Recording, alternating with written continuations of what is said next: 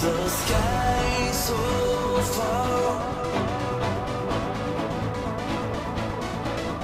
but I can't lose it.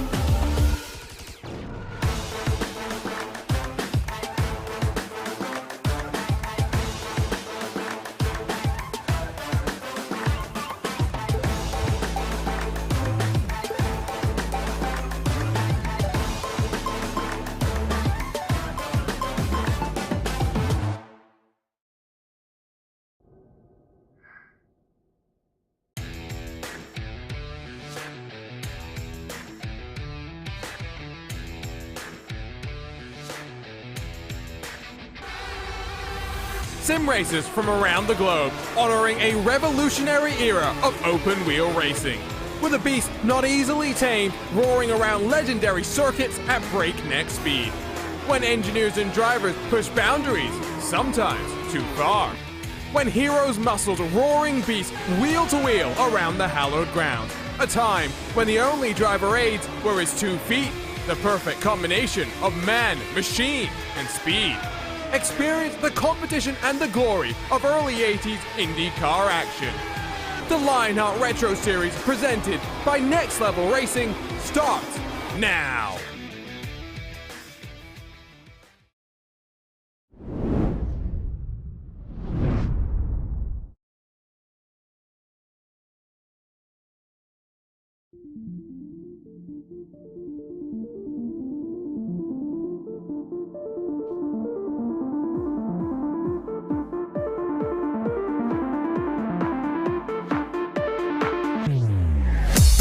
It's been a dramatic start to the 2022 Lionheart Retro Series. 4 races have seen 4 different pole sitters and 4 different winners. The chaos and the confusion is likely to continue as for the first time this season, the series heads abroad. 12 months ago, a trip to Australia saw absolute craziness before Sage Karam emerged through the smoke, climbing from 29th into HyperX victory lane.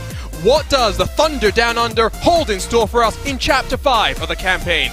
This is the SimRace247 Grand Prix of Phillip Island presented by Gomez Sim Industries. Hello everyone and welcome back to RaceSpotTV and coverage of the 2022 Lionheart Retro Series. The Lionheart Racing Series is powered by HyperX, makers of premier gaming gear like the legendary ultra-comfortable Cloud line of gaming headsets. Whatever you play, however you play, HyperX knows that we're all gamers. For more information on HyperX products, visit hyperx.com.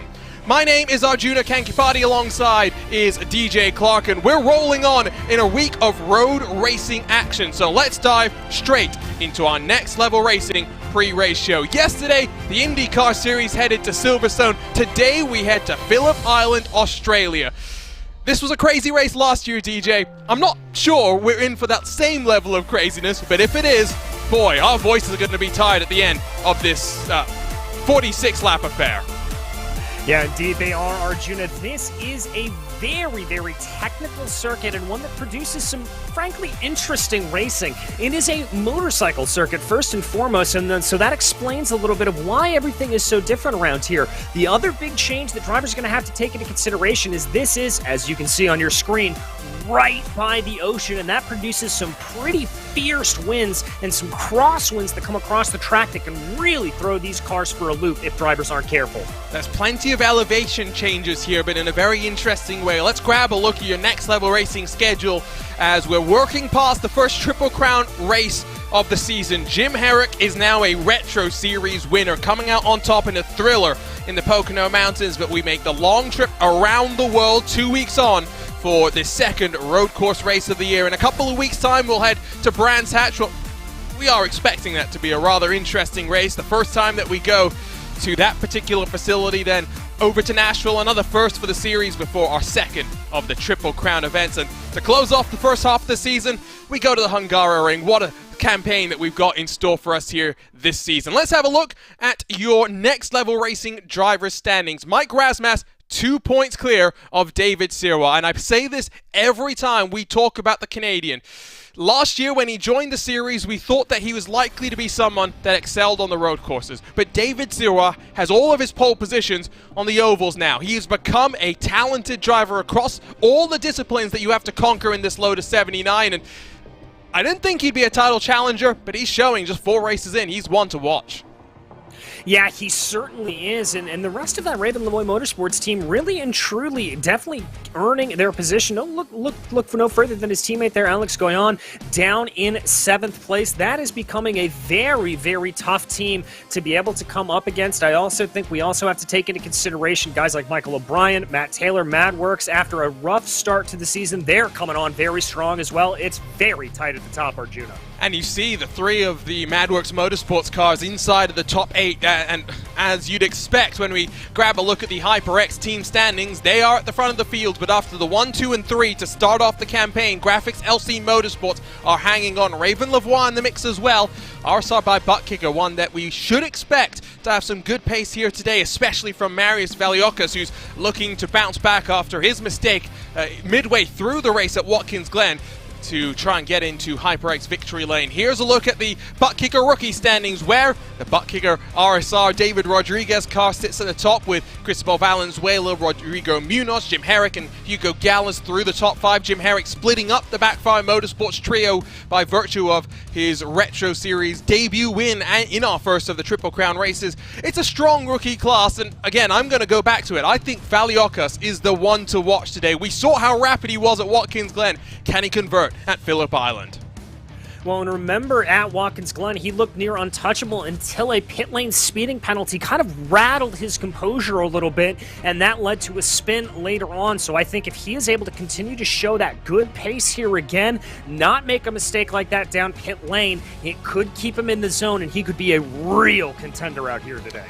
Let's talk about your series details, brought to you by Gomez Sim Industries. It's the 6th year of the Lionheart Retro Series, where we take this Lotus 79 designed to challenge the world's best in Formula One around the world, to ovals, to street courses, and to road courses as well. It's a custom fixed setup. Drivers are on an equal playing field, 2 hands, 2 feet. So that's the only tools they've got to work with.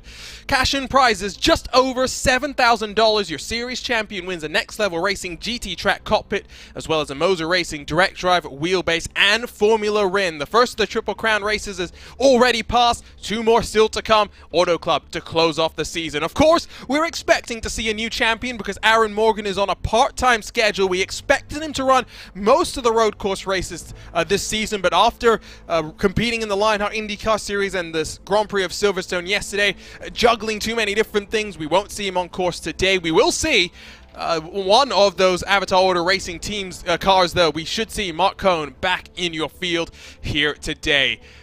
So that's the series. Let's talk about what we've got in store for you today. A third trip with the Lotus 79 to the land down under as we grab a look at these Moser Racing event details. It's been a staple on the schedule since Season 3, but Season 3 was utter domination from Ryan Otis. No one else even led a lap. It was a lights the flag victory for that champion that year. But 12 months ago, like we mentioned earlier, utter chaos. DJ will speak more to that in a couple of moments' time. Just 4 drivers had led laps here in series history. Will that change here today for those who watched the IndyCar Series at the end of last year as well? It's a very difficult race to pass in, and that's why you look at that margin of victory, 22 seconds. That was the closest, and that was through the carnage that we saw last year. DJ, talk to us about what happened in 2021.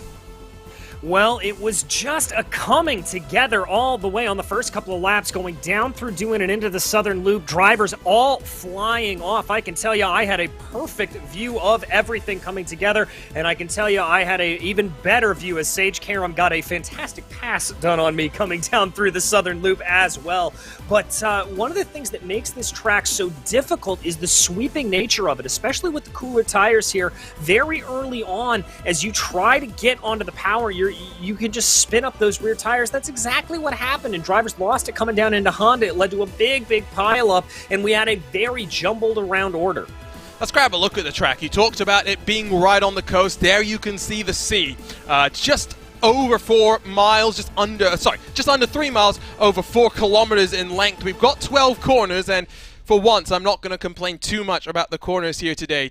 The start-finish line is a long run down into Turn 1, a sweeping right-hand bend that leads you into the Southern Loop. It's so tricky to get that braking zone right. And I will tell you what as well, I've not competed in this track in the Lotus 79, but I've competed at top-level endurance races here. I might have taken out most of the field coming through Turn 1 on the start, because it's a very frenetic start here, DJ. You're jockeying for position. You're vying to work your way to the inside of Turn number 2. Yeah, indeed you are. You want to be down on that inside line. It's a little bit of a crown on the corner there into the Southern Loop, so if you get too far outside, it can really throw you off, but it's crucial to be able to get a good blast out of the Southern Loop because it leads you into that long hairpin right there. That is Honda. That is one of the best, if not the best, overtaking opportunity on the track. Look for some late braking maneuvers going down into there. There you can see it on your screen. It's a relatively flat corner, so no real banking to help you through there, but even if you get the pass done, it leads right back into Siberia, which can be a fight back, and then it is an all-out blast up the hill through Hayshed and into Lukey Heights and into the plunging MG hairpin, which is one of my favorite corners in the world, Arjuna. You're bringing up corner names I didn't even know existed, but qualifying is almost halfway done.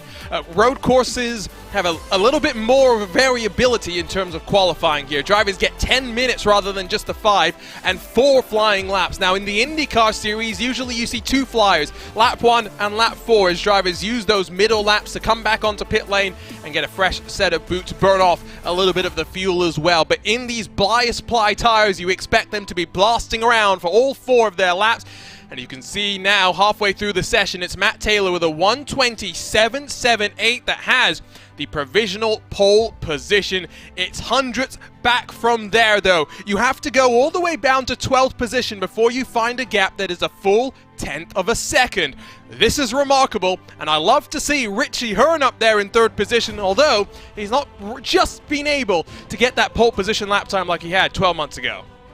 Yeah, just missing out by just under a tenth of a second there. Very, very close margins around here, and that's not surprising. There's few maximum braking zones around here. Like I said, Honda, Siberia, and MG really only the places where you're going to be heavily onto the brakes. For the most part, it's a very quick track as there Fowler's able to jump his way up into P2, or P1 rather. Razmas up to 6 as the MadWorks Motorsports 1 and 2 for the time being, and Michael O'Brien makes it 3 of those cars inside the top 4, so they're showing up strong as they look to build the advantage at the front of the HyperX Team Championship. 4 minutes to go in qualifying. Let's grab a look at your weather conditions as well, because it's relatively cool, but somewhat conversely to what we tend to see in Lionheart competition. It's only going to get warmer from here. It is 8:30 in the morning on the 15th of November in simulator right now.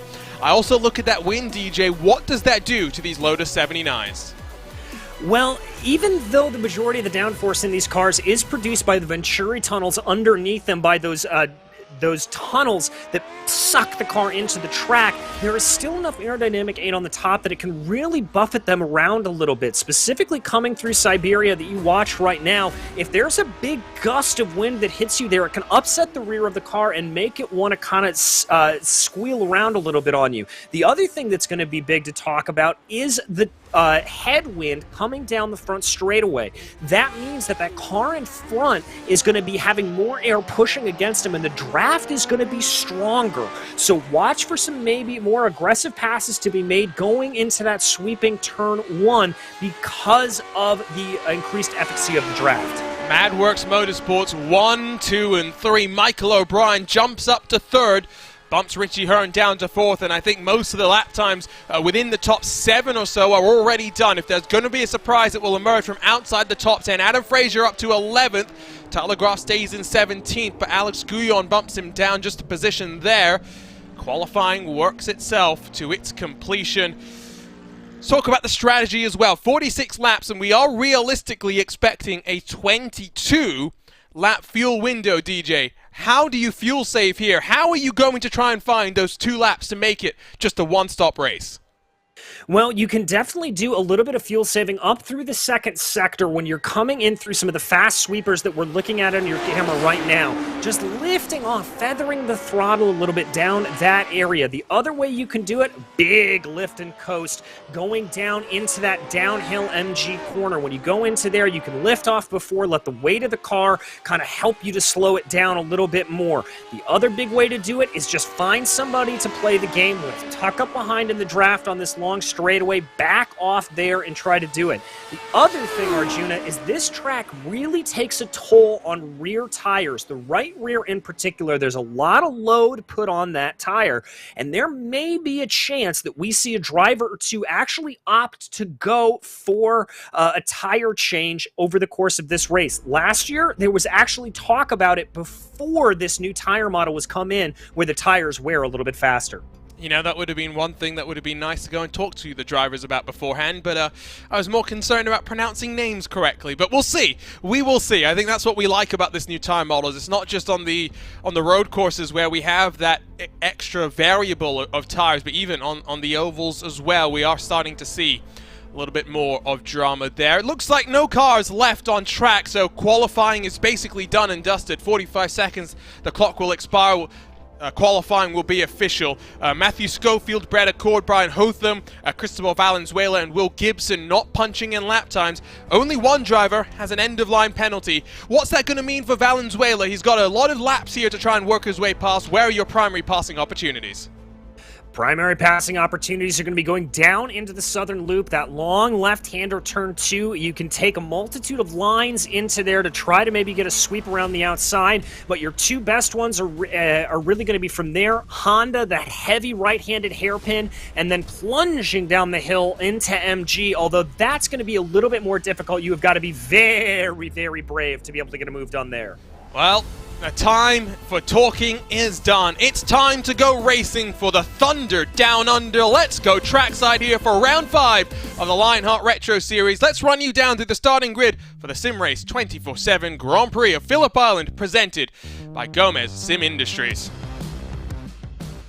So here is a look at the butt kicker starting grid. It's Chris Fowler who puts it on pole position. He becomes just our first repeat pole position winner of the year. Alongside him is his MadWorks Motorsports teammate of Matt Taylor. It's a MadWorks Motorsports trio at the front. Michael O'Brien in his native land, starting inside of Richie Hearn, who put it on pole last year. What does the former American open wheel racer in the real world have from the outside of row 2? Mike Rasmus and Marius Valiokis, 5th and 6th positions. Watch out for that RSR by butt kicker machine. He's got his teammate right behind. David Rodriguez in 7th, Christopher Reagan in the 19 in 8th.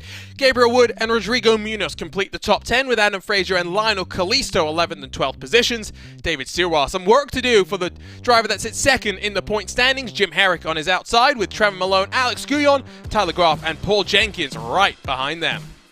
Chris Staples and the returning Mark Cohn through the top 20. Cohn won 2 of the Triple Crown races in 2021, a first outing for him in Lionheart competition in 2022. Luke Daniels and Luis Gonzalez Nunez share row 11, while rolling from 23rd is Chris Lanini, alongside is the blue and white of Scott Holmes in that 67.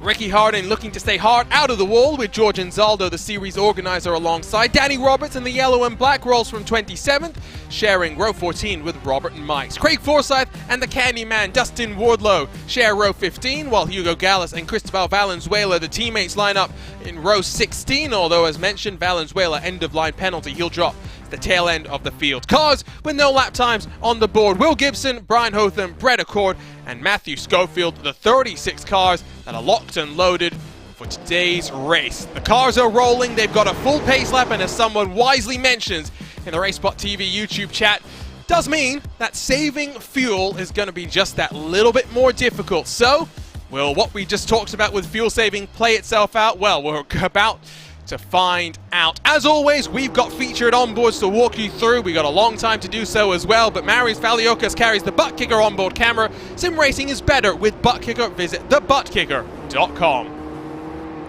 Chris Lanini in the number 92 has the Graphics Esports on board. Graphics Esports, world-class design from the real world to virtual. Visit them at graphicsesports.com. Luis Gonzalez Nunez carries the SimRace247 camera on the Team SimRace247 car. Visit simrace247.com, where sim racing is for everyone.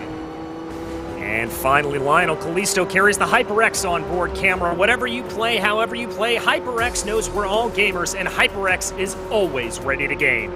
Oh, I'm excited for this one. I don't think it's going to be as chaotic as it was last year, but what we saw, I think, at the end of 2021 was, with this newer tire model, sometimes it does start to build into a draft train, especially on these road courses. Very difficult to pass. Setting up your moves is going to be important, and executing on pit road. Pit entry is difficult, pit exit and merging back onto the track is something we'll be watching for as well today. But when it comes to pit lane, the thing to remember, no driver aids, there's no pit lane speed limiter. It's all down to the drivers and their feet. It is indeed. Remember, we talked about earlier Marius Valiokis catching that pit lane spinning penalty at Watkins Glen earlier this year. Valiokis now starting off in 6th. He's going to be looking to capitalize from there, and so drivers are going to have to be careful. The pit exit, a little bit wonky. The pit entrance, very, very narrow. It's very easy to put a tire out onto the grass as you're coming on in and actually loop the car around, so drivers are going to have to be careful of that. I've actually never done, I've done basically everything you don't want to do at Phillip Island in endurance racing. I've never done that, although my teammate Adam Blocker, he doesn't like me to mention this, but he managed to blow an engine in a V8 Supercars race that we had here together with one another. Competition, commitment, excitement. This is Lionheart, and this is the start of the SimRace247 Grand Prix of Phillip Island, presented by Gomez Sim Industries. It's a MadWorks Motorsports 1, 2, and 3. What does the rest of the field have in store for them? It's Chris Fowler in control of the field. We're racing for the Thunder Down Under. It's a great launch from Fowler, not such a great launch from Matt Taylor, who sees his teammates slide to his inside as they run themselves down into do-end corner.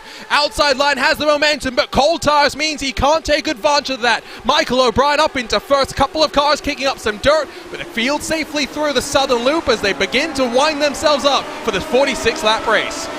Indeed, they do. Everybody being nice and cautious here at the beginning as O'Brien and Rasmus really starting to push forward. Taylor down 2 positions. He is not going to be happy with that start. Here comes the heavy braking into Honda. There are going to be any problems coming down into this corner. Looks tidy, a bit of lockups in the back, but I think we survived. Yeah, all cars still on the black stuff, which is great to see. Valioka's got a bit swarmed on the start. Chris Reagan's up 2 positions, couple of cars going 3 wide, but at the front it's a breakaway from Chris Fowler and Michael O'Brien. Taylor able to fend off the advances of Mike Rasmus. Richie Hearn slides down to 5th. A nice and tidy start. This is where things get fun. Up and down you go into Lukey Heights. Just look at the plunge that you've got down the hill. It's such a treacherous braking zone. I think a couple of cars in the background might think about taking this too wide. Oh, we've got a spinner around Craig Forsyth, Ricky Harden as well. A couple of issues for them, but the rest of the field survives that one. Leading lap 1 is Chris Fowler.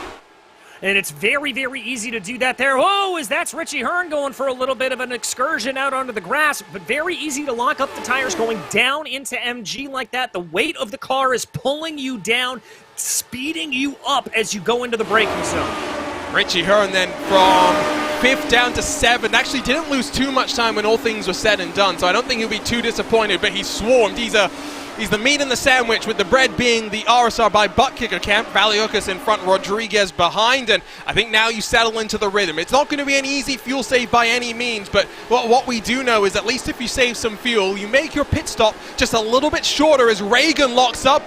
Valiokas unable to take advantage, looks like as well. Fraser and Herrick side by side. The race winner a couple of weeks ago trying to make something happen.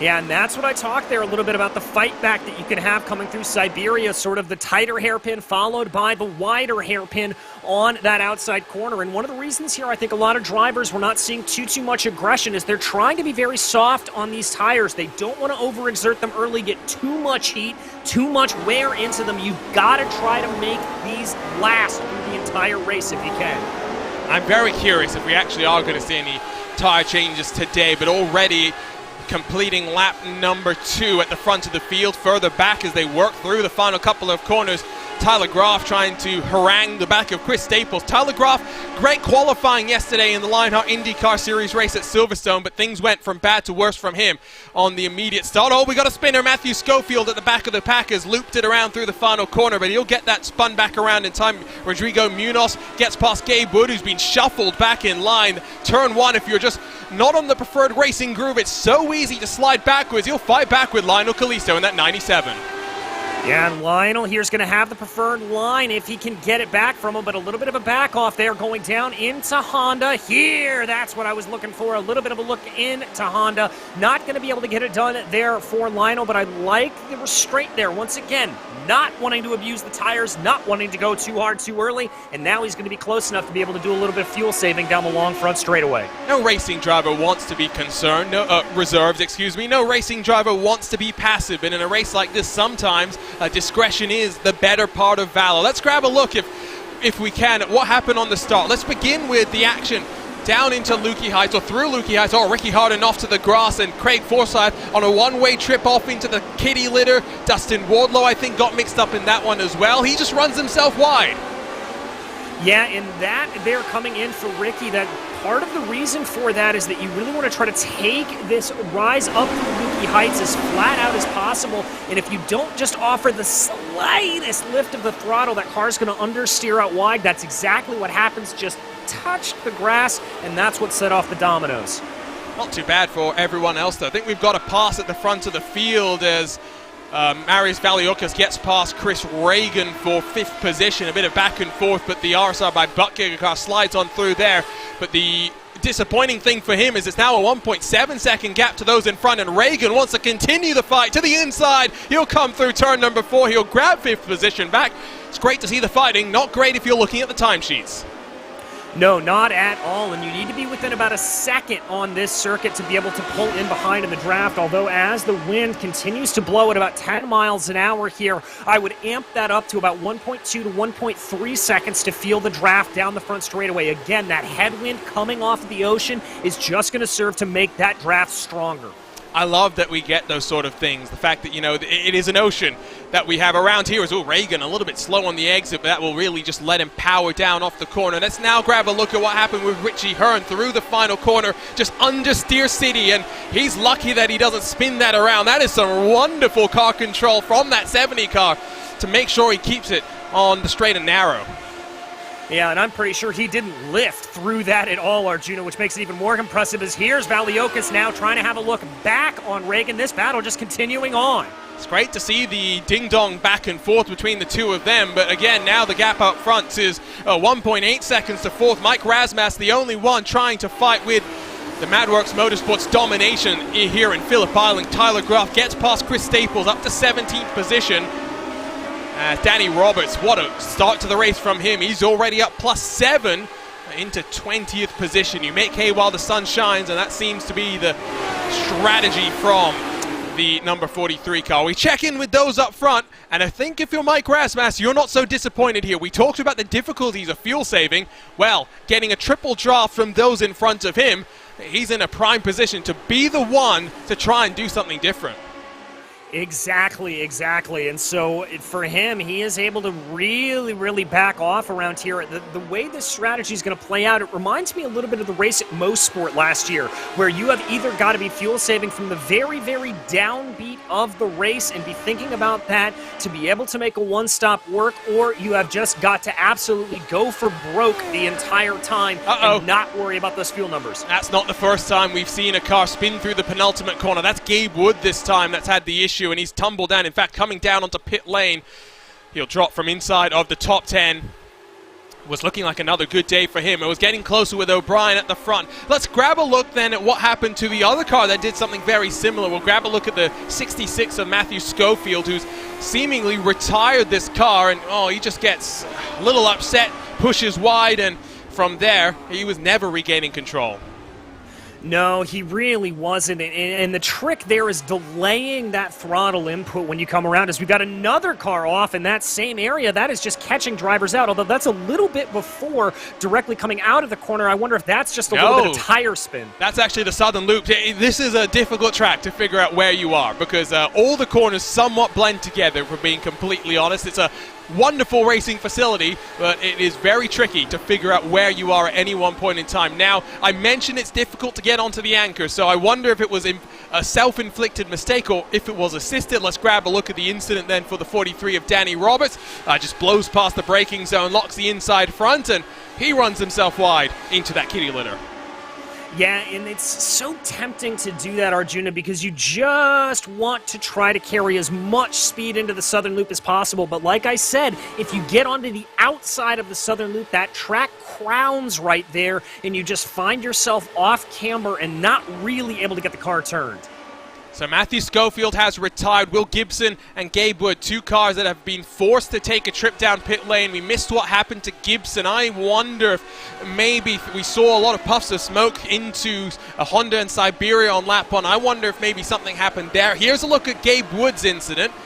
And is it going to be a similar thing? Pushes wide. Oh, yep, 2 wheels on the grass. In fact, might have got 4 wheels onto the grass. And from there, well, he's basically invited to come down onto pit road. Yeah, exactly. Better almost to come down pit lane there, get a little bit of a top off, and then you only have to worry about one more stop over the course of the race. So, yeah, just kind of taking advantage of circumstances there. Here's the shot rearward of the driver that put in on pole position at our only other road race this season. Of course, it didn't go his way. Matt Taylor emerging victorious when the final chapter was written of that race at Watkins Glen, but Valioka sees behind him Reagan Hearn and then his teammate in David Rodriguez. The gap has built up to just over 2 seconds as they get ready to finish lap number 7. Yeah, that gap certainly growing larger and larger. 2.3 right now as they cross over the line. Valiokis needs to try to push ahead here. That is certainly out of draft range here at this point. He really needs to try to close in, but I don't know if he's got it with these 4 drivers up front just absolutely running the wheels off somebody else off. That's Craig Forsyth again, just not being his day, I tell you what. We did see on the run down into turn 1, Michael O'Brien built up a whole head of steam as he powered down into turn number 1. He's biding his time as well, and I know he's a driver that really wants to make his way into HyperX victory lane today. It would be his first victory in the 22 previous races that he started. His best finish was a couple of second places to his name, including this season at Watkins Glen, but it means a lot when you have a bona fide home race, which it is for the 45 machine. Yeah, exactly, and especially with the disparity of not many Australian circuits being on the iRacing service, this kind of being one of the few with Oran Park and Winton, I believe the only other two. Little bit of a lockup there in front from Chris Fowler. Easy thing to do going down into MG, but that's going to be a little sign of weakness here for the 45, and he may want to just try to push a little bit more. Hopefully some more Australian tracks coming soon. I think we're getting Sandown in the future as well. Of course, a new generation of V8 supercars being launched in, I believe it's just about 12 months' time. We were meant to be introduced midway through this year, but for cost reasons and as a result of the COVID-19 pandemic, it was pushed back very slightly. Those new generation V8 supercars have already been tested in anger on track, and we'll see what they shape up and potentially here on the sim as well. So working lap 9 of 46. Remember, 22 laps is our expected fuel window. You need to get to 23, though, to try and make it to the end of the race. So we'll find out in about 12 laps time if anyone's going to be bold enough to try and make anything happen. This time it's O'Brien that locks up on the run in towards the Honda corner at turn 4, working through Siberia, which cambers up on exit as you get the power down, run yourself through turn 7 into turn 8, one of my favorite portions of track throughout the globe. It's just such a challenge that when you get it right, it is so ultra rewarding. The battle up front is close. The battle behind sees a spinner in the form of the 67 of Scott Holmes. It wasn't as crazy to start this race off, but I do think we've had plenty of incidents back in the pack. Yeah, we certainly have a lot of drivers here just finding themselves with a little bit of problem going on all over the course of it, and that looked to be coming out of MG. I think that Arjuna may have just been a little bit of over-aggression getting onto the power. See, a couple of other cars have had trips off circuit as well. Let's see if we can figure out what's happened there, because looks like Chris Lanini's had a spill. Maybe Danny Roberts has had another moment as well. It's all going on as Cristobal Valenzuela has had another moment. That penultimate corner is really catching people out. David Sirwa on the charge, gets past Adam Frazier into the southern loop. He's up into the top 10. All right, we were talking about him at the beginning of the race, and a little bit surprised to see his pace in the early stages on the ovals, but this is where I really expected Sirwa to be good. A little bit of a defensive line there going into Honda. He's now got Rodrigo Munoz right ahead of him. He's going to be trying to close that gap down, maybe get a little bit of a move done here in the next lap or so.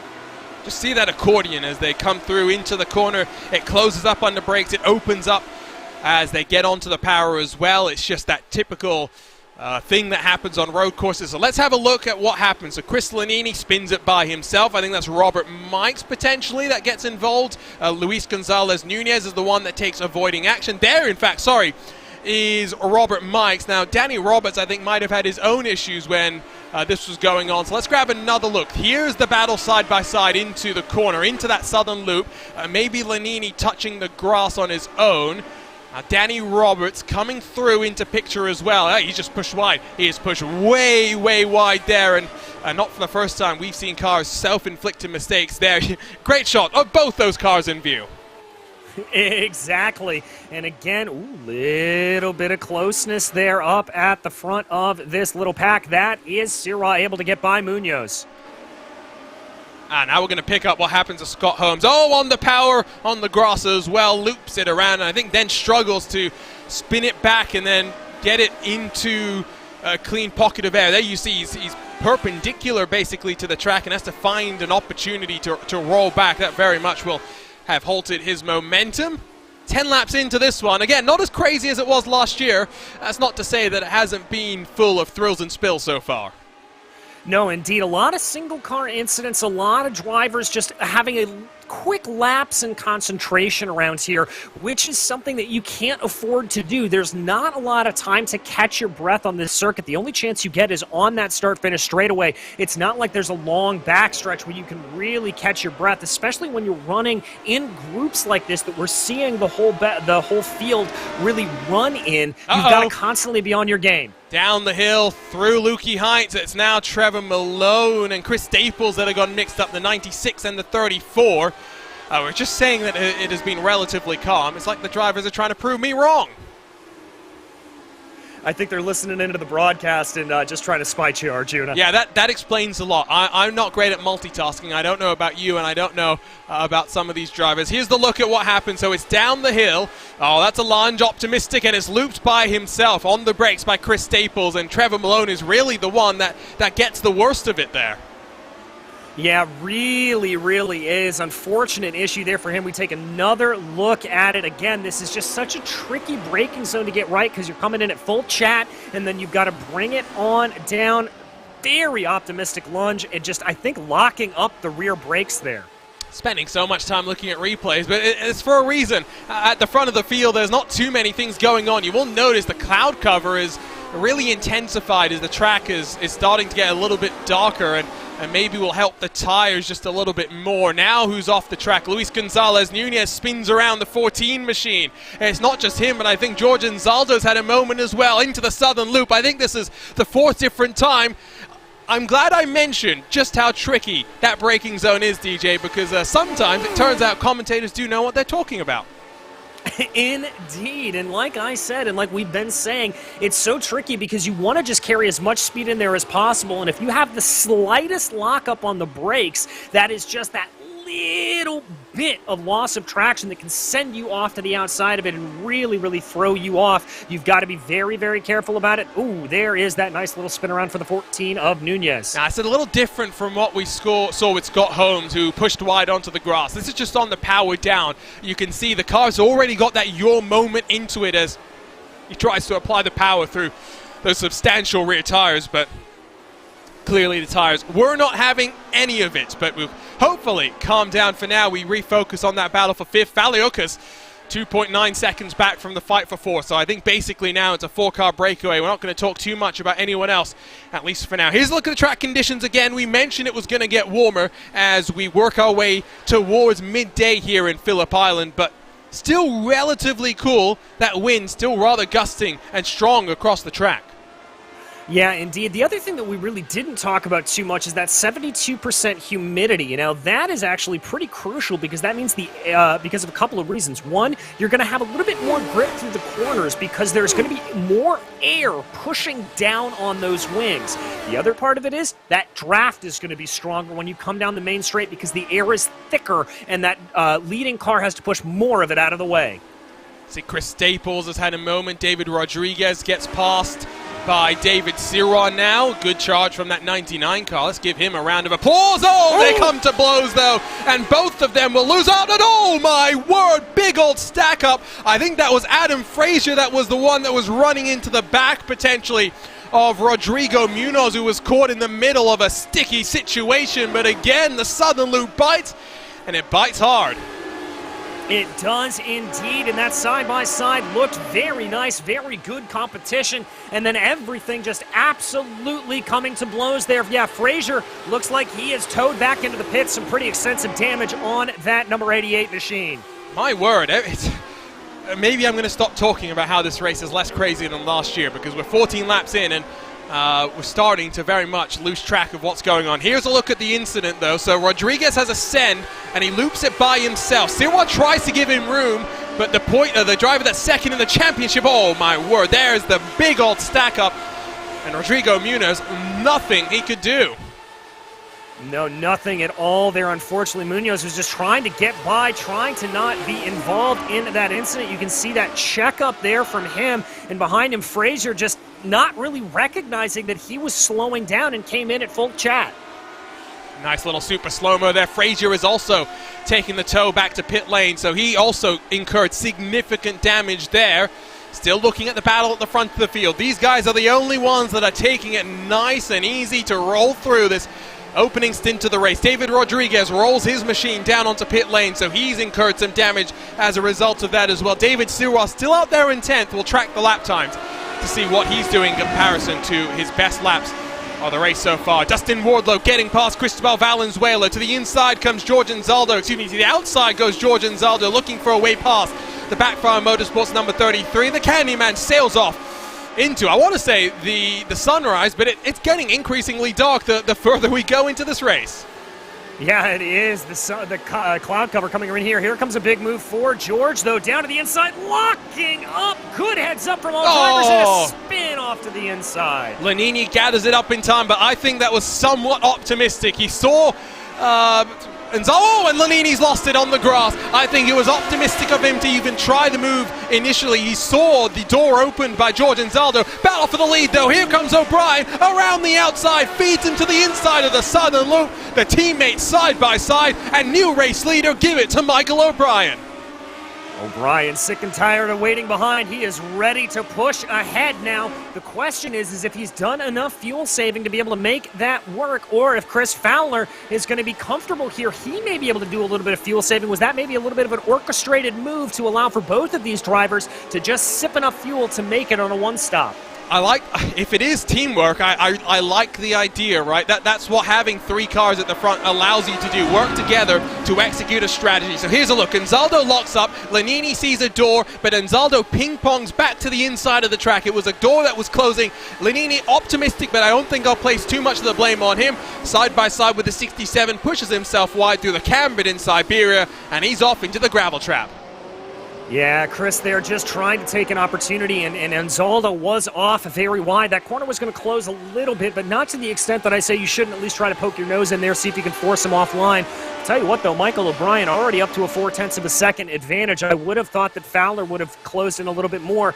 This is going to be telling, though, here to see what happens on the straightaway if Fowler's going to close back up. Fowler's not close enough, I tell you. He closed, but not to the extent that we saw from O'Brien through portions of the race. Oh, Craig Forsyth, watch it, watch the rejoin. Here comes the leaders. He scampers out of the way, shortcuts the southern loop. That would have been a hard-in-mouth moment for both pairs, the leaders and that car that was off the track, because rule number one of racing is don't hit your teammate. Rule two, hold your brakes and rejoin safely. It's as simple as that. These four, though, even though there's been a swap around for the lead, DJ, they are 3.3 seconds clear. If I'm any of these drivers, I'm somewhat looking forward to the second half of the race where they can really maybe let the belts loose and go at it, hammer and tongs.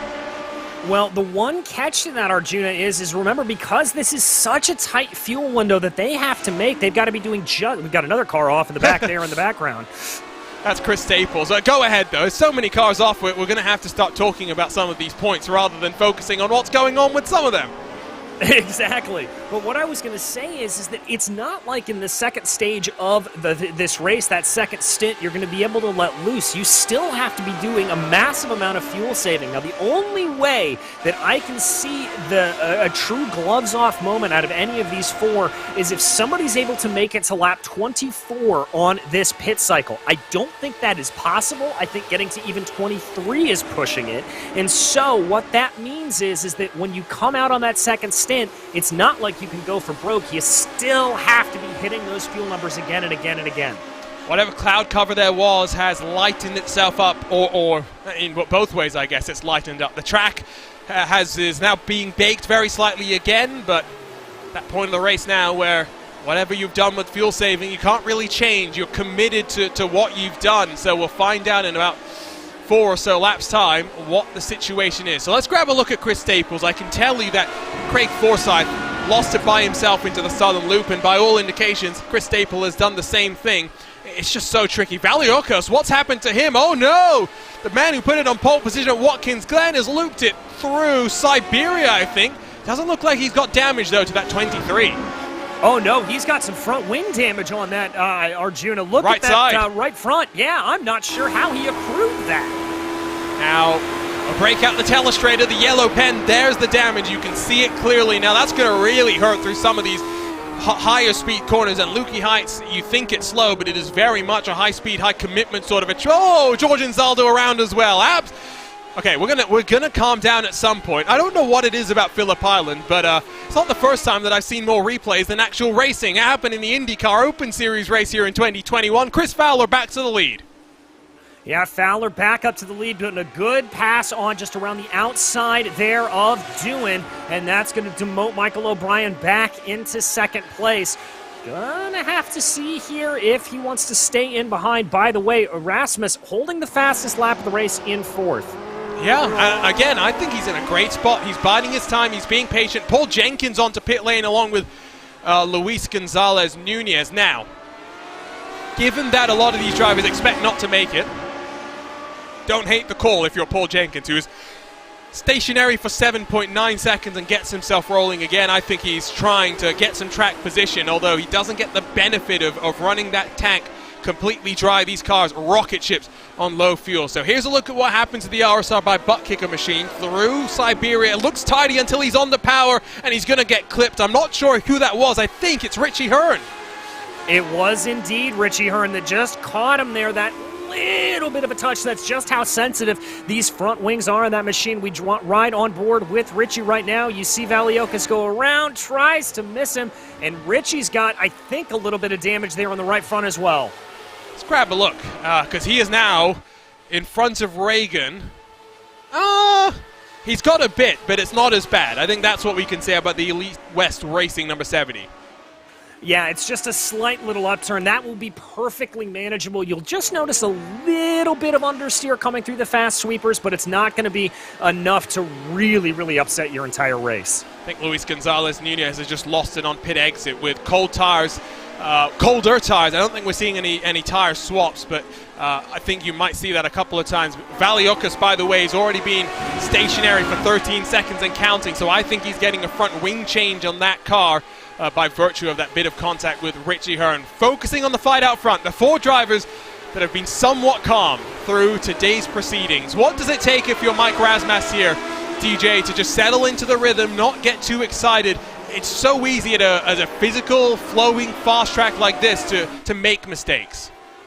Well, one of the biggest things that's going to be really helping him is fuel saving. If you are concentrating on those numbers, if you know what you've got to hit, whether you have a real or a virtual crew chief in your ear, maybe a heads-up display that's giving you those numbers, if you're focusing on that, it's going to prevent you from being really overly aggressive in trying to make moves that'll come back to bite you. So I think that may be a little bit of his saving grace. Not the first time that George Anzaldo is locked up into Honda, although this time at least it's by himself, so no chain reactions caused that then take out other competitors, or I shouldn't say take out other competitors, but then mix up with other competitors. I think that's the better way to put it. Here's a look at what happens with Luis Gonzalez Nunez. So on pit exit, you can see he's using the longer pit exit and doing a Tony Hawk impression there, grinding on the white line that separates the grass and the tarmac itself. Then into the southern loop, just pushes wide on those colder tires and goes for a bit of a trip. Again, I don't think that's the last time that we're going to see it. Pit window is well and truly open, though. Brian Hotham worked his way up into 18th as Cristobal Valenzuela, Brecht Accord, Chris Lanini, and a whole bunch of cars down to pit lane. Will we see any of these front four down this time by? Well, I'll tell you what, I'm going to be very surprised if we see Taylor or Rasmus coming down pit lane. I wouldn't be surprised if Fowler has to dip, and there they go. Really interesting. Okay, Taylor coming down as well. Now, that means that Rasmus has been able to save some good fuel over the course of this race. Look at him to potentially try to stretch this. The question really, though, in my mind, does he go 23 laps? As there goes Richie Hearn, Chris Reagan, and they've extended past 21 as well into the box. You've got to execute now. You can't afford to make a mistake. Lionel Callisto, I think, has had a trip through the grass on pit entry, but has gathered it up in time. You'll be hoping it's not an unsafe pit entry. They leave in formation, although Matt Taylor with a bit of a longer stop. 7.4 for Fowler, 6.6 for O'Brien. It's 8.8 for Matt Taylor. And interesting there, the number 20 of Chris Fowler took tires on that stop. So he's going to take a little bit of time here to get those tires up to temperature. It's going to be a little bit faster here, I think, for O'Brien to be able to close in behind. So back onto track they come, as now I see the 34 of Trevor Malone is indicated as being off the racing surface, has gathered it up in time and rolled it back. It's deceptively tricky, isn't this track, DJ? I mean, it's one where you think it's super simple as elevation change, but it's isolated to a couple of corners. These drivers are very much proving how difficult a challenge it is to put a lap together, as here comes Razmas. He does not extend. He comes down on lap 22. All right, so it's going to be close there for Rasmus. We'll have to see if anybody else is able to make it any further. Hearn, Reagan, all coming in as well, waiting for the Watchman and Brian Hotham. Those are the only other two that have not stopped here at this point. And you're right, Arjuna, it is a very, very difficult track, and it's kind of like, for the reason that I talked about earlier in the broadcast, it's a bike circuit. And so it's not necessarily made for four wheels, and that presents Richie some Hearn. problems. Richie Hearn has gone 23. Excuse me, no, never mind. My timing screen playing some lies to me there, just for a moment. He rolls off, as does Razmas, who was stationary for 7.4, so he won't jump to the lead. It's the teammates again, squabbling side by side into turn one. O'Brien back to the point of the field. Razmas is in the leading draft, and that is crucial. There's a lapped car behind, that's not too much of a factor, but Matt Taylor has lost the draft of the leaders. Yeah, he's about 2.3 seconds behind, and what I'm going to be interested to see here is if O'Brien and Fowler, knowing that they don't have the fuel now, are going to do what you talked about earlier, absolutely go for broke, push these cars as hard as they can to try to get ahead. A little bit of a lockup there ahead for Chris Fowler would tell me he's doing exactly that. Michael O'Brien went shortest of all in this leading three, so he'll be in first. We'll have a slightly longer stop potentially as well. Let's grab a look at Lionel Kalisto's trip down pit entry and see what happens here. Oh, he's gone in hot. Oh, this is not going to be pretty. Into the wall, does he go? Yes, he does, and causes a bit of a traffic jam for those oncoming as well, and that is why I believe Lionel Kalisto is out of the race. Yeah, it's some pretty heavy damage there to the rear of the car, and not easy wing changes on the rear end. Yeah, big hit there. You can see some damage on the front wing as well. That is going to be day done and dusted for the little train. Is that his nickname? Yeah. Oh, nice.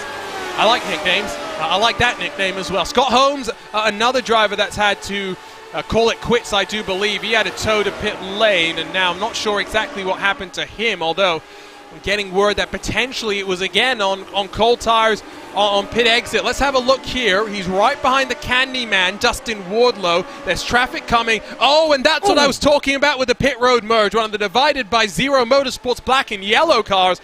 And Scott Holmes not recognizing the fact that there was a car coming straight into the path of the car that's up to speed. And I always say it's the driver's responsibility that's rejoining to be smart, but you know, watching that, I wonder if maybe that car that was already up to speed could have left a little more room.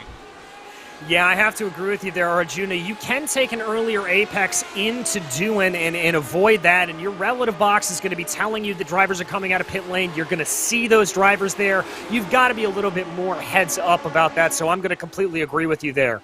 I mean, it's six of one, half a dozen of the other, isn't it? It's one of those kind of a moments. Here's another. Oh my God! It's so many replays that we're taking a look at. Is it Brett Accord? It is Brett Accord. So, synchronized off the track. Was there a puddle of oil? They'll certainly be claiming there was, but Brett Accord and Cristobal Valenzuela both off the track, and I think in the case of sorry, I heard an engine blow, and I'm not sure who that was. Was it live or was it on replay? And now I am all sorts of confused, more confused than I've already been so far this race.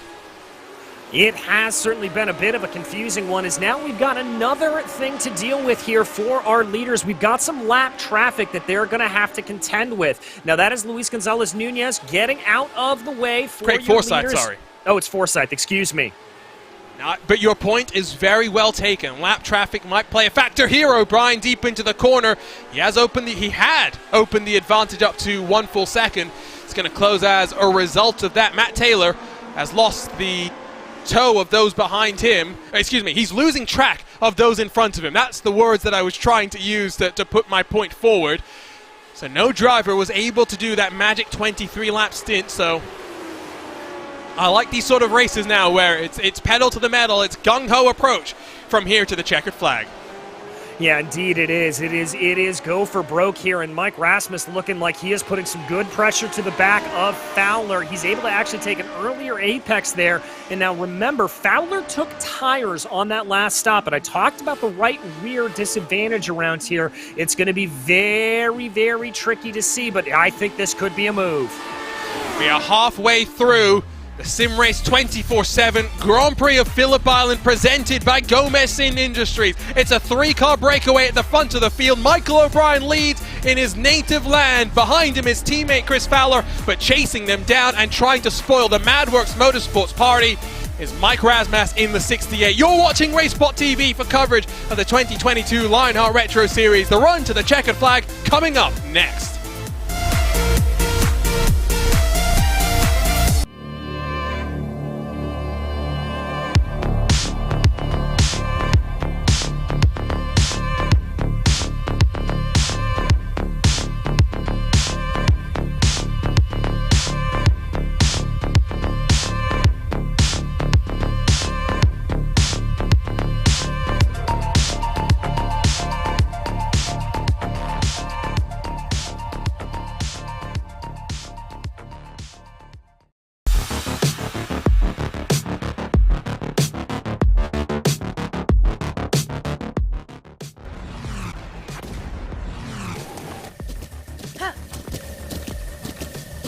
With the Butt Kicker Gamer 2, what you see and what you hear is what you feel.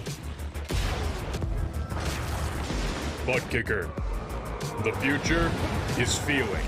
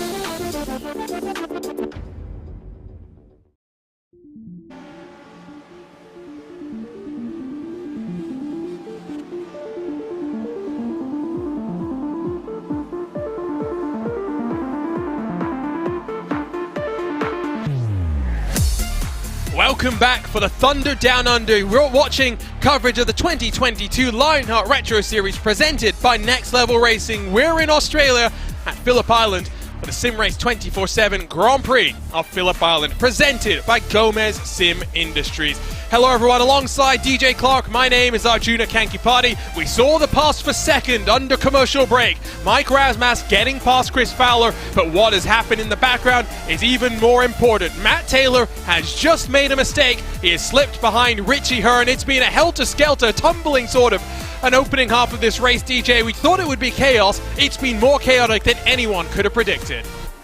Indeed, and as opposed to last year where we saw a big multi-car chaotic incident at the start of the race, we've seen a lot of single-car incidents, drivers just making little itty-bitty mistakes over the course of the lap that is catching them out, and it's certainly going to be a bit of a war of attrition out here and to see who can keep all four tires on the black stuff for the longest. It's a little different to what we saw last year, though, in terms of last year it was Sage Karam 29th to 1st. It went like that for him. In a blink of an eye as well. It's been less frenetic like that. No one making that hard charge up through the field. The Southern Loop has claimed yet another victim. Matt Taylor this time, pushing hard and pushing too much. A little bit loose, a little bit squirrely, and from hero to zero, excuse me, makes that mistake and slides behind Richie Hearn. There comes that 70 machine. At the front of the field, it is still Michael O'Brien that leads here at Phillip Island. He's got Razmas 1.2 back, Chris Fowler a further 4/10 behind him, and we were talking during that break, DJ, we think that if Michael O'Brien extends that gap up to about 2 seconds, he's looking good, but remember that he was almost a full second longer in the box, a full second shorter, I should say, in the box than those behind him. He's got to make sure he makes a bit of a breakaway here before we get into that splash and dash cycle to take us to the checkered flag. Yeah, indeed he does. This is going to be very, very crucial. He's got to make sure to get it right. He does not... Whoa! That was a big squirrel there coming off of the corner for Chris Fowler. That's going to set him back a little bit, dropping him about a second back to Mike Marasmus. It will be good if you're in that camp of that number 68 machine, that's for sure. Now, what else has happened to Matt Taylor? Getting word that he's had another moment. Now, this is coming in towards a Honda turn 4. Oh, he's trying to find a line. He finds a line that's basically on the curb, on the grass, on the gravel. Locks up and loses about 2.5 seconds to Richie Hearn, who sits now comfortably in 4th position. We've got just over 16 laps to go, about 16.5 laps as Michael O'Brien has put some lap traffic between him and those behind. We'll focus, though, at least for the moment, on some battles further back. It's Luke Daniels that leads, David Rodriguez, a newly minted Retro Series winner, Jim Herrick, who sees Paul Jenkins go to his outside. Indeed, Jenkins going to try to make that sweep around the outside, but not quite able to do it. Instead, Rodriguez going to come down to the inside there through Doohan. Not able to get that move done, looking for a crossover. Don't think that's going to happen. Yeah, nice defense from Luke Daniels there to just park it on the apex at that right opportunity. You got to time it right as well. We always talk about putting it the car on the apex and stopping the momentum of those behind, but when you do it is even more important than how you do it. Here comes Rodriguez, though, back to the inside, in towards turn 4, behind Jenkins with a lunge of his own. As a bit of a moment there for Luke Daniels with his technical issues. Paul Jenkins has passed. Rodriguez gets bullied wide. Indeed he does, and Jenkins is going to be hoping to pick up some of the pieces here as Rodriguez and Daniels continue to fight. This is obviously the battle for 11th place overall. Just outside that top 10, these drivers are really going to want to go. A little bit of a wider run there for Rodriguez. That's going to hurt him a little bit. He's going to have to get back to the racing line, and unless my eyes deceive me, there's a little bit of damage on the rear end of Rodriguez's car. I trust your eyes more than mine, but you can see at the front, by the way, O'Brien has built that gap up to 1.5 seconds. Last time around was about 0.2 quicker than Razmas.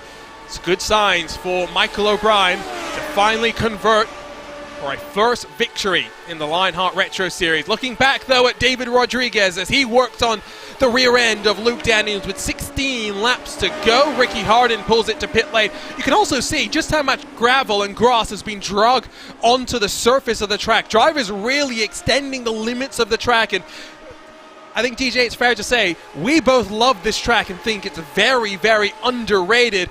It is very, very challenging, though. Here comes Rodriguez once more. He's going to send it down to the inside. Is he going to be able to make it work? He's got to try to feed him out. That's not the way to get the pass done necessarily, because he's going to have the inside line. Will Daniels coming through Siberia, and Rodriguez now just getting shuffled out a little bit more. Is he going to try to keep this side by side? I think he's going to have to fall back. Oh, no, as they come up through Hayshed, he's going to be able to continue this on. Lukey Heights, the climb up the hill. Oh, David Rodriguez almost pushed a little too wide, but the boldness gets rewarded. He's got his man. He's up to 11th position, pushes wide through Lukey Heights, though. Will hold on for the time being. What a move that was. Lots of bravery on both sides to stick it side by side. Ultimately, it is that number 10 that comes out on top, currently leading the butt kicker Rookie of the Year standings. We'll look up the front again, and things are calming down as they carve their way through the traffic. Gives us an opportunity to talk about the history of this facility. So underrated around the world. The Australian Grand Prix, or the race that eventually became the Australian Grand Prix, first ran on Phillip Island, on the streets of Phillip Island in 1928, the 31st of March. It closed, though, in 1940 with World War II going on. It reopened as a proper circuit in 1956. Unfortunately, though, in 1978 as the track surface deteriorated and the facilities started to deteriorate as well. The track had to close, partially because, well, Phillip Island, you can tell in the name, is an island. The bridge that connects this to the mainland was not sturdy enough to carry the vehicles, the heavy vehicles required to come and resurface the track. As Michael O'Brien, your race leader, down to pit lane, expect Razmas and Fowler in a lap or two's time. Track eventually was able to reopen in 1988, the 4th of December, in fact, to be specific, after the bridge got an upgrade, after they were able to get those facilities here, or rather, the trucks here to rebuild the facilities, and since then it's been open and it's seen supercars race here, but more significantly, it's seen motorcycles race here, and a lot of the corners are named after Australian motorcycle greats. The Gardiner Straight, the Pitt Straight, named after the 1987 world champion, Mick Doohan, of course, a legend in these parts. Turn 1's named after him. Yeah, indeed it is. A lot of great history around this circuit, as you said, Arjuna, and one of the circuits that, frankly, I was completely unaware existed until my time on the iRacing service. And like you had alluded to, it's quickly become one of my favorites. It's an absolute blast to drive, whether you're out here in an open wheeler, one of these retro cars, a more modern wheeler, a Formula 3, or even a GT3 machine. It is just so much fun. You also got I guess it's technically turn 3, that's named after Casey Sterner, who won his last ever race here, and it was rather fitting that just before the race, they named that corner after him. Just nice little touch there. We saw Mike Razmas, we saw Chris Fowler stay out, remember, a second longer in the box. You talked about this earlier, you mentioned the tire change that we saw from Chris Fowler. It was so quick in the box that we suspect it was a one tire change, probably the right rear, given the load that goes through that specific tire. Will we see Razmas? Will we see O'Brien counter that? O'Brien, 7.9 seconds stationary.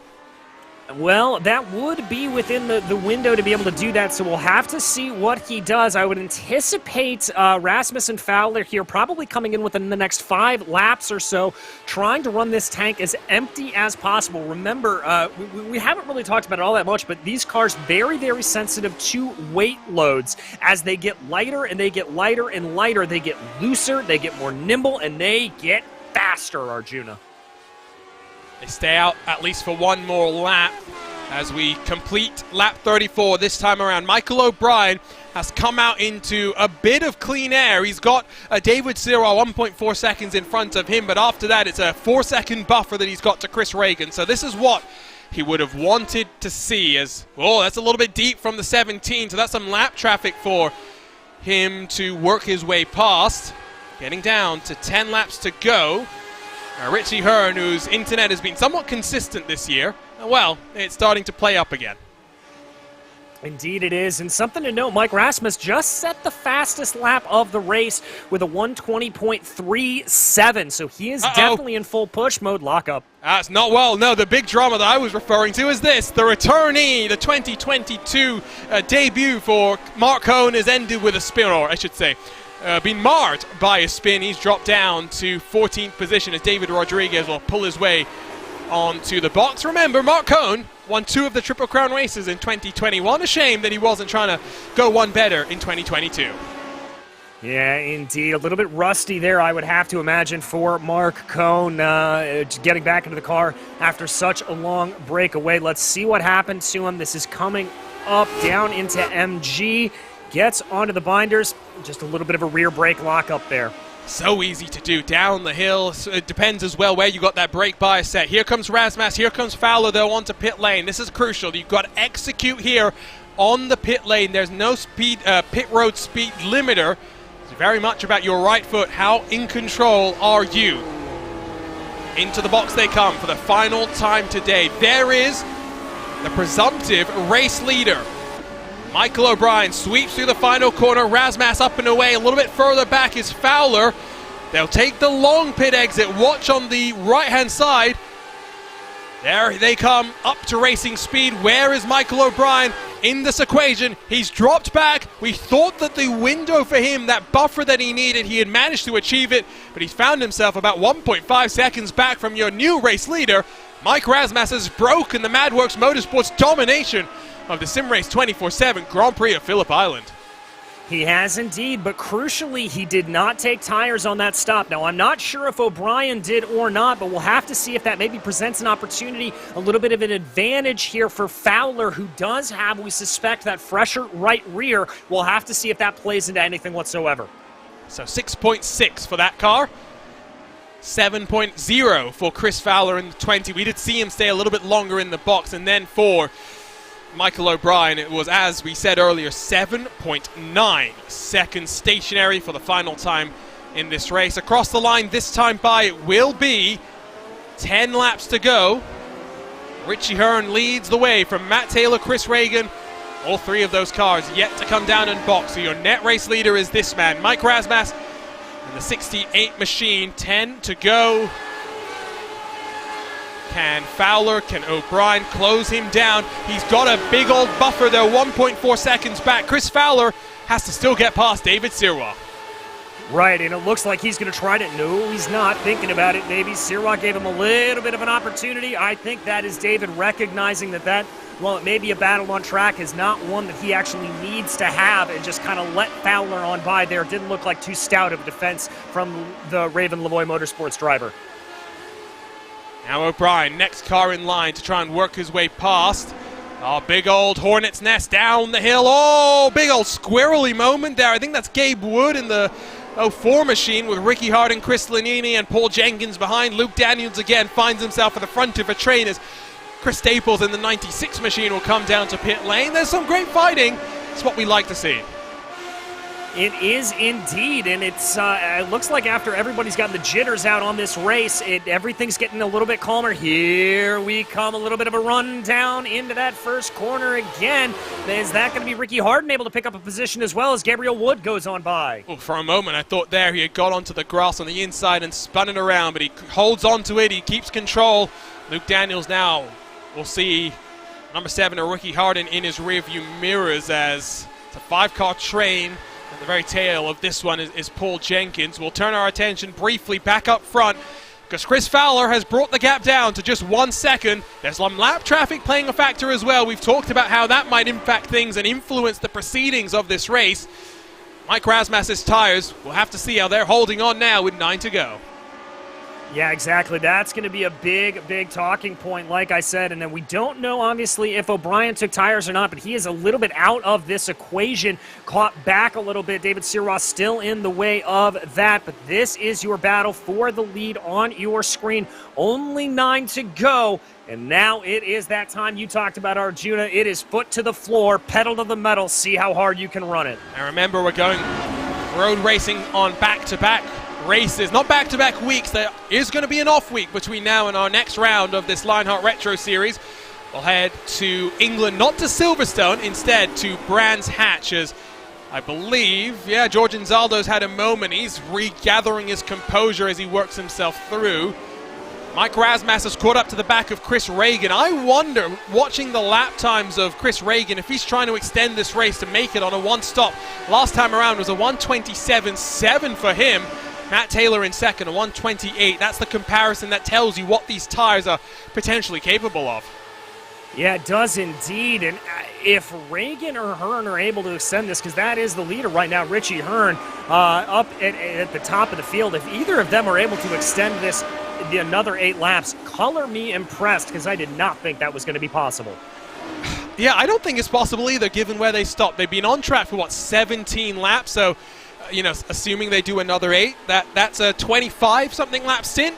When we got told that 23 was going to be asking for a miracle, requiring lots of drafting and then a very light touch on the right foot, almost as though there's an egg underneath it and you don't want to break it. So Tyler Graf in the 98 will come down to the box this time around, his final stop of the race. The gap between Richie Hearn and Mike Razmas, who's already passed Reagan, which I think gives me that indication that maybe that 19 is doing something different on strategy and maybe just trying to work his way as far forward as he can on a strategy call rather than a track battle, is about 11 seconds. He can afford to lose a second, just over a second a lap, if he wants to try and extend this race to the checkered flag. Yeah, exactly. And I've been listening here to a couple of those drivers' RPMs. I can tell you, Richie's definitely doing some fuel saving there, coming through, definitely lifting and coasting a little bit, trying to keep it together. So there's a very real chance that Richie is trying to make this on a one-stopper. I don't know if he's going to be successful, but he is definitely doing some lifting and coasting and some feathering through the corners. David Sirwa playing party spoiler here with Chris Fowler and Michael O'Brien. He's back in front of the MadWorks Motorsports duo and building a bit of a buffer to Mike Razmas. If everyone else who hasn't boxed is going to pit, Mike Razmas is sitting comfortably 2 seconds clear of the next car that's come down pit road, and Chris Fowler has had enough and doesn't just commit but launches himself into the grass, and he'll spin himself around and might even lose some track position to those behind him. He's found himself really all sorts of out of shape. Yeah, indeed he has. Michael O'Brien actually able to get up and pass by him, so if things shake out here the way they think they might, that may demote him down to third overall. Let's not grab a look at that. Let's figure out what's happened there. You see Richie Hearn in second position. What happened to Richie? I'm not sure. That must have been a problem coming through MG. Here's a look. We'll grab a look at it if we can. I just saw on my timing screen that he had slipped down to second. I immediately thought, oh no, poor Richie Hearn, who's been picture perfect so far today. So through Lukey Heights, looks nice and tidy. A little bit squirrely there if you ask me. Yeah, you can see sliding all the way through the corner, down the hill. Oh, too much speed, too much momentum, and that takes a long time to get it pointed back in the right direction. Now the get back to Razmas, 9.5 seconds. Well, now the question's going to be is if Richie Hearn is still going to be able to do this and make that one-stop strategy that we suspect he may be on actually work. The one benefit that he's going to have is he's going to be able to tuck up behind Matt Taylor here, do a little bit of extra fuel saving in that draft. It's a good point, and I think, you know, he definitely didn't plan that, but it's got some positive benefits with it. It's one of those situations.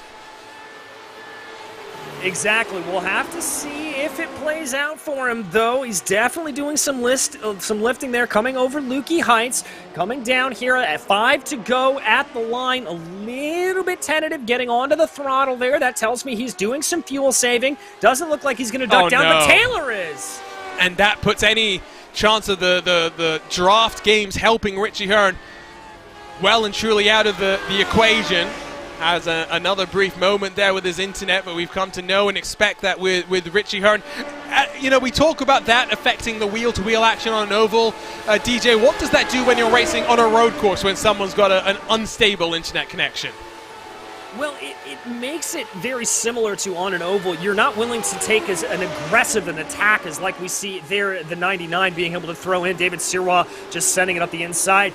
You don't want to be nearly as aggressive. You'd be a little bit more passive, and you're still just a little bit scared because you never know where they're going to pop back up. It makes you be as consistent as possible, which is the antithetical thing to what you want to be when you're trying to attack somebody. You want to be a little unpredictable and throw them off their guard. David Sirwa continues to play party spoiler for Michael O'Brien's chances of grabbing a first career Lionheart Retro Series victory. Mike Razmas has technically the net race lead. We'll wait and see if Richie Hearn can extend this one. He's opened a 6/10 buffer this time around. Of course, Mike Razmas, 4 career victories to his name. Where is he going to end up when all things are said and done? First victory for him at Gateway on a short oval in Season 4. Then last year he waited until midway through the campaign before winning at Sonoma in Season 5. There comes David Sirwa finally down onto the pit lane. After that, Silverstone saw Razmas emerge victorious again, entering HyperX victory lane, and he closed off the campaign, even though he wasn't in the championship mix at the end of 2021. On top, victorious at the High Speed Auto Club Speedway. 4 laps to go. Richie Hearn, well, do you gamble at this point, DJ? I mean, at this point, Richie knows his numbers. I'm listening to his throttle control again. He's doing some really nice lifting, being very, very smart about where he's applying the throttle. I don't think he can make it to the end, but at this point, I am going to push this until the last possible minute, try to extract everything I can, because the briefest of pit stops that I can make is going to at least put me further up the field. He probably would come out at least in top 10. So Michael O'Brien, 2.2 back from Mike Rasmus at the front of the field. Jim Herrick has rolled himself onto pit road this time around. So has the Candyman, Dustin Wardlow. So final pit stops are underway here today. And here comes Richie Hearn. He can't make it. He blinks. Coming to the line. 3 laps to go. All right, so that's going to resettle our order. Rasmus, O'Brien, Reagan, and Fowler. Everybody relatively spaced out here up front. It's going to be a big last-ditch effort if somebody wants to try to take this race away from Mike Rasmus. There goes the Candyman. Richie Hearn finally reaches his box. Reagan is on lap 22 of his stint. Now, could he spring a surprise? Will he deprive Chris Fowler of a potential podium position? Richie Hearn is going to emerge behind Matt Taylor, so the strategy hasn't necessarily worked out. Richie Hearn, 5.3 seconds stationary in the box. That is a lot longer than I would have expected with just 3 laps to go. Yeah, same here, Arjuna, but he's at least able to come out, and he's bought himself a nice little buffer. He's got about 9 seconds up the road to David Sirwa, so that's going to help him out especially nicely, and only about 1.2 seconds, 1.3 seconds behind Chris Fowler, or excuse me, behind Matt Taylor, so he may be able to close in there a little bit on that. Watching up front, though, the gap is coming down very slightly, 10th by 10th, 100th by 100th, corner by corner. Michael O'Brien on the prowl.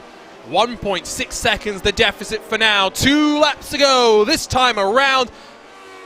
He's got some lap traffic to navigate his way through as well. One of the Backfire Motorsports machines splits him and Mike Rasmus at the front of the field.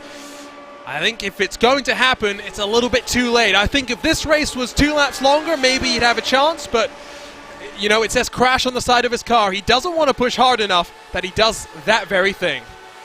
Yeah, indeed. This is definitely a point where you start to look a little bit at the big picture, look at that championship. So we've got a couple of more drivers coming down pit lane. That looks to be the number 19 machine. That's Reagan. It is Reagan. We thought maybe he'd try, and he is stationary for 4.7 seconds. So, again, a bit longer than you'd expect as he'll come out with 2 laps to go. Will emerge behind David Sirwa.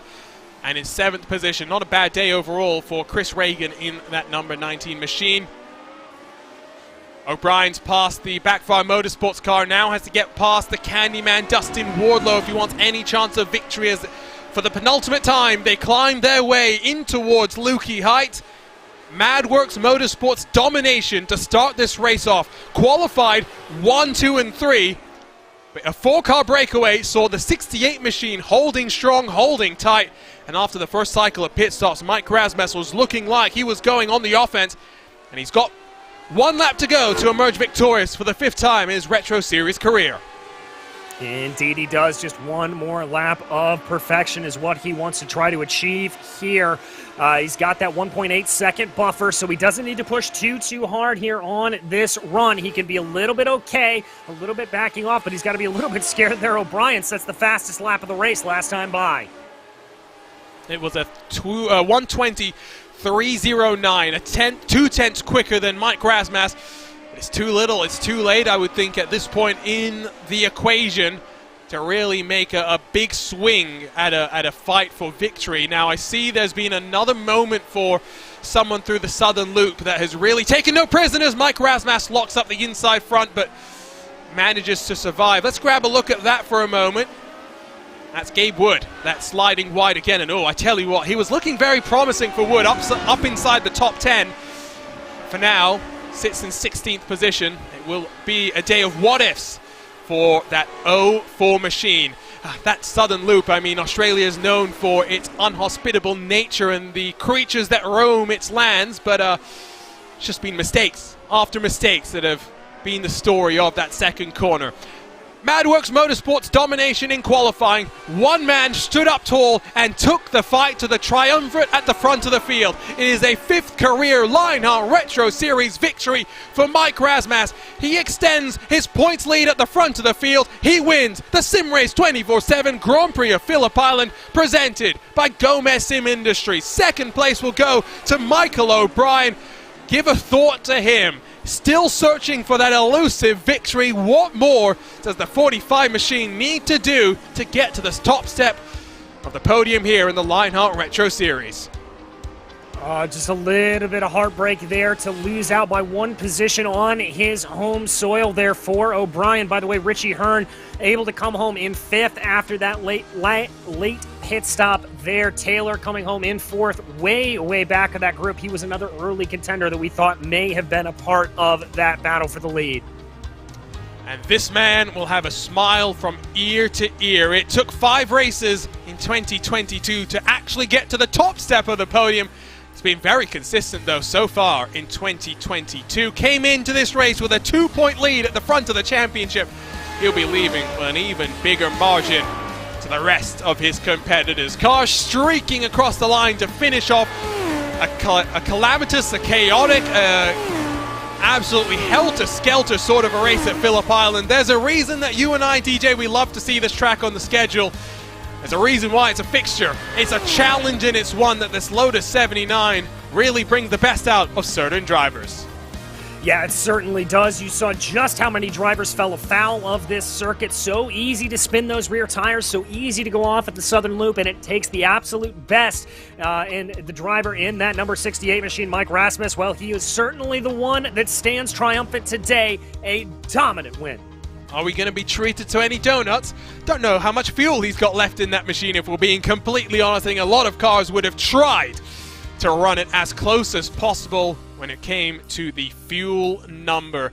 It's going to get a bump from behind. I think that's the indication that there's not enough fuel to celebrate a victory here today. Chris Lanini, the Graphics LC Motorsports teammate, there on the start-finish line to celebrate with his teammate. What a day for Mike Rasmus, now 5-time winner the Lionheart Retro Series. Let's dial up our SimRace247 race results. Mike Rasmus 1.4 seconds clear of the MadWorks Motorsports train. The 68 stands tall.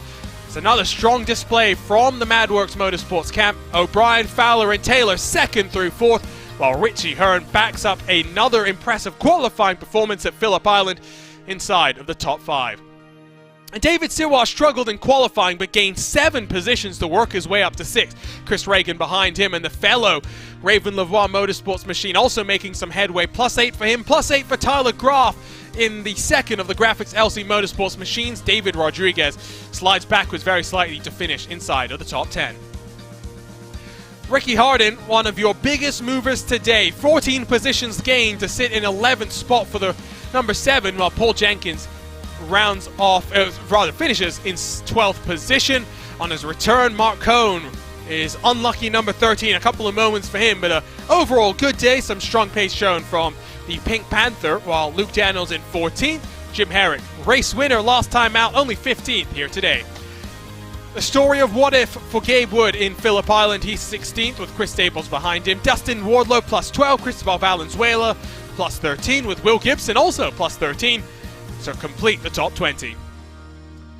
Chris Lanini in 21st with Brian Hotham, 12 positions gained in the 91, 22nd. Robert Mikes, Luis Gonzalez Nunez, Hugo Gallas, George Anzaldo and Craig Forsyth all 1 lap down, while the final finisher is Brett Accord in the 51 machine. Scott Holmes, 67 car, the first of our retirees, along with Lionel Callisto and a whole bunch more. Trevor Malone, Danny Roberts, Marius Valiocas, Rodrigo Munoz, Adam Frazier and Matthew Schofield. And that leads us then into our HyperX post-race show, because the Lionheart Racing Series is powered by HyperX, makers of premier gaming gear like the legendary ultra-comfortable cloud line of gaming headsets. Whatever you play, however you play, HyperX knows we're all gamers. For more information on HyperX products, visit hyperx.com. And standing by for us in HyperX Victory Lane is Mike Rasmus. It took 5 races for him to get his 5th career victory in 2022. But Mike, I mean, you bided your time in the first stint of the race. What happened from your perspective in that second stint to work your way towards the front? I couldn't tell you. I don't know. I did my best, and I think I just I did that extra lap on fuel at the beginning, and that might have just kind of helped me along for the rest of the race.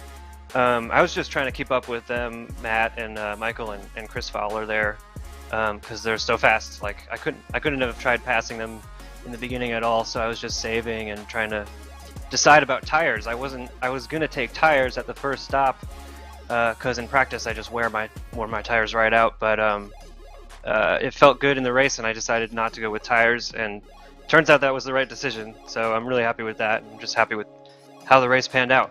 I love that this tire change for 2022 is really keeping you guys on your toes. I mean, was there ever a question in that second stint as well? DJ was postulating that maybe it would be worth a gamble for you to make sure you've got some grip. Talk to us about how bad the tires are after the 46 laps here today.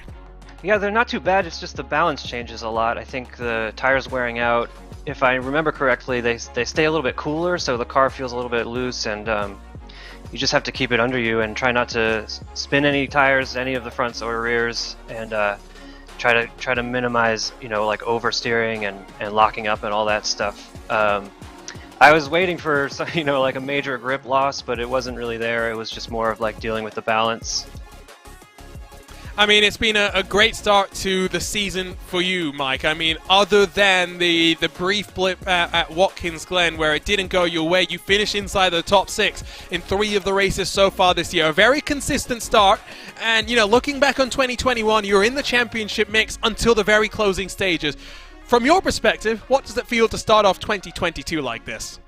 Yeah, I'd like to just keep going with the consistency. It's so hard to win on the road courses against all these guys. Like, everyone is so fast and no one makes mistakes, and it's really hard to beat them at that. So it's really satisfying to get a road course win. But this whole season, I'm trying to have fun. I'm trying to play a little more risky strategies and see what happens, and just enjoy racing with all these people. Well, I think this strategy is working for you, Mike, so keep it up. And I mean, a couple of weeks from now we go to Brands Hatch for the first time in series history. That's going to be very fascinating. You talk about wanting the road course wins. Well, that's your 3rd of the 5, so congratulations. Let's see if you can keep this momentum rolling at Brands Hatch next time out. Thanks so much. That's Mike Rasmussen. And then second step of the podium is not Chris Fowler, who he momentarily dragged in there. It's Michael O'Brien. And Michael, I mean, I'm sure this is a race that you would have wanted to win. I asked you this last time at Watkins Glen. I'm going to ask you again. What do you need to do to win one of these races? Oh, I don't know. I'll get there one day. It just didn't quite come together. I mean, it's clear that you had the pace. From your perspective, what was the call on strategy to go a little bit shorter in stint number 1? Were you just trying to look to try and get some track position and break the toe? Because those first 22 odd laps, I mean, the 4 of you at the front couldn't be split by any sort of a margin. I knew I wasn't taking tyres, so I just wanted to spend as much time light as possible, really. Push as hard as I could and kind of hope for the best. I didn't have the ultimate pace of Matt and Chris, so I sort of had to try something a bit different. You say that, but you were starting to build a buffer at the end of that second stint. So clearly, you say you didn't have the pace, but it was slightly different on the track, even if you were a little bit lighter on fuel. I mean, you're good on the ovals, don't get me wrong, but we always see you come to life on these road courses. It hasn't happened yet. 2 second-place finishes in 2022, but we go to Brands Hatch next time out. What are you thinking about that? A first for the Lionheart Retro Series. Yeah, I've never driven a car this fast there, actually. That should be interesting. In my mind, it's quite a small track, so I don't know how good passing will be there, but no, I'm looking forward to that. It's a small track, that's for sure. Michael, I love to see you drive. You just drive with a relentless aggression at times that is going to get rewarded. Don't get your head down. You'll get that win, and hopefully it's at Brands Hatch in a couple of weeks' time. Thanks, Arjuna. Michael O'Brien was searching for the win. You could hear the slight disappointment in his voice, but it's not far away, that is for sure. Well, our first repeat pole sitter of 2022 was Chris Fowler, and if not for a small mistake of his own, he would have been fighting for first, would have been fighting for second. Chris, talk to us about that race. That first it looked like a little bit of a procession, but it really started to intensify from there. Yeah, well, first I got to thank Donate Life and the 65 Roasted Foundation for being on board with me this year. It's really awesome to get them on the pole and on the podium. That was a crazy race. I tell you, this year in Retro, I am my own worst enemy. I just can't finish at the end of races right now. So I just got to dig deeper and finish these races. But, I mean, it's great to come away with third. The beginning of the race, we just kind of just cruising, trying to save the fuel and just keeping a pace and trying to pull away as we could. Of course, Mike was right on our butt the whole time. But, yeah, we just tried to get there, and then once we got through our pit stops, at that point we're like, everyone go for it yourself. Just the only rule is don't wreck your teammate. Otherwise, go fight and have fun. So that's what we did. We were all on our different strategies, and just went with it. It was a really fun race. I keep being my own worst enemy there. I got a little frustrated there with David pass. I knew he had to pit again, and he kind of got me in turn 2. I was like, man, I'm lose track of Mike, so I tried to make another move, and I just dove way too deep, and I'm just my own worst enemy right now. I always say rule number 1 of racing is don't hit your teammate. So I'm glad that at least you guys share that philosophy. You say you're your own worst enemy, and I think race 1 it was going so well, 23rd. Race 2, of course, the victory at New Hampshire. Watkins Glen down in 12th, 24th at Pocono. Your car says you're cursed. You've clearly got the speed. What will it take in terms of your mindset to get that the results that your performances and your pace seems to deserve? Because you say you're your own worst enemy, but that's often the best thing, right? Because you can do something to change that rather than if there's external factors coming and playing a part. Oh, for sure. I just need to dig deeper. I kind of get, once you get to the end of the race and you're in the lead or close to the lead, I kind of get the anxiety kind of takes over you, and I kind of just get nervous. And then at that point, I get out of in the zone that I'm in, and I just kind of lose it in those last few laps. And I just got to stay in that zone. I had to spin at Homestead. I was at Pocono. I dominated that race and spun it with 3 laps to go on cold tires after 15 cautions. Speeding penalty at Watkins Glen. So I've been up front all week. I've had the pace. I just got to dig deeper, stay in the zone, and just stop making mistakes.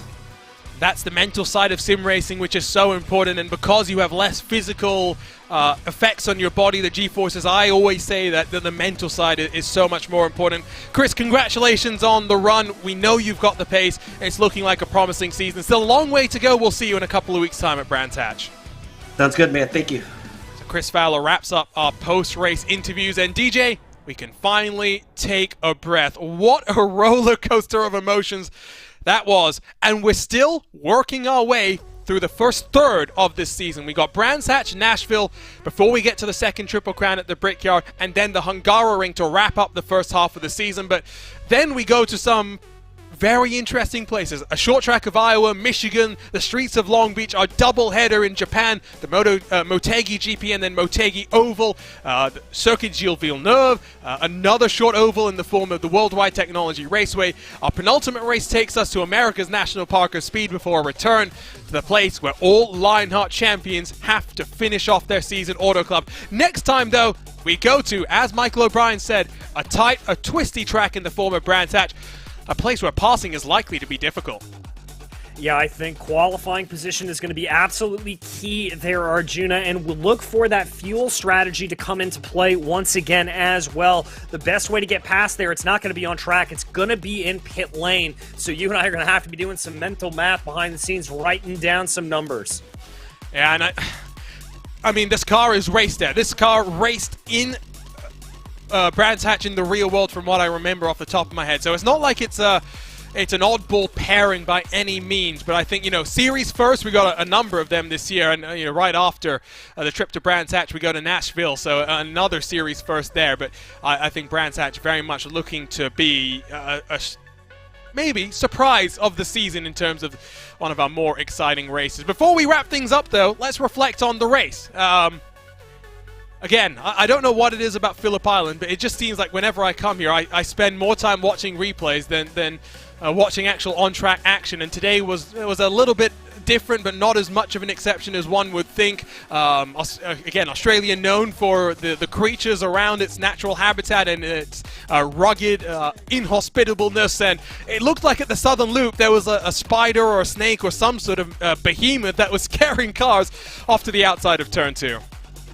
Yeah, indeed, Arjuna, and I think one of the reasons for that is that corner is so inviting, as I said, to try to take as much speed through there, and drivers just take off a little bit more than they can chew, and that's really the story of this entire circuit, and so I think the many spins that we saw today, just really the nature of it. I think when we go to Brands Hatch, you're going to see a little bit more restraint, a little bit more calm, because drivers are going to know how hard it is to pass, and they're going to be focused on not making mistakes. Well, that's a couple of weeks from now, May 12th. Same time, same place, Thursday evenings. But before we wrap things up, I want to thank those that make all of this possible, starting with the title sponsor of the Lionheart Retro Series. Next Level Racing is an industry-leading cockpit and motion simulator manufacturer devoted to creating the most immersive experience possible for the global sim racing community. Take your racing to the next level and visit nextlevelracing.com.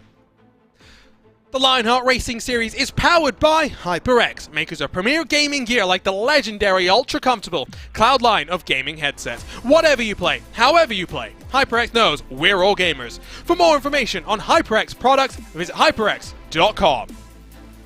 Also, Butt Kicker. You're passionate about sim racing, but always feels a little flat compared to the feeling of driving a real car. Now you can actually feel what it's like to drive a race car.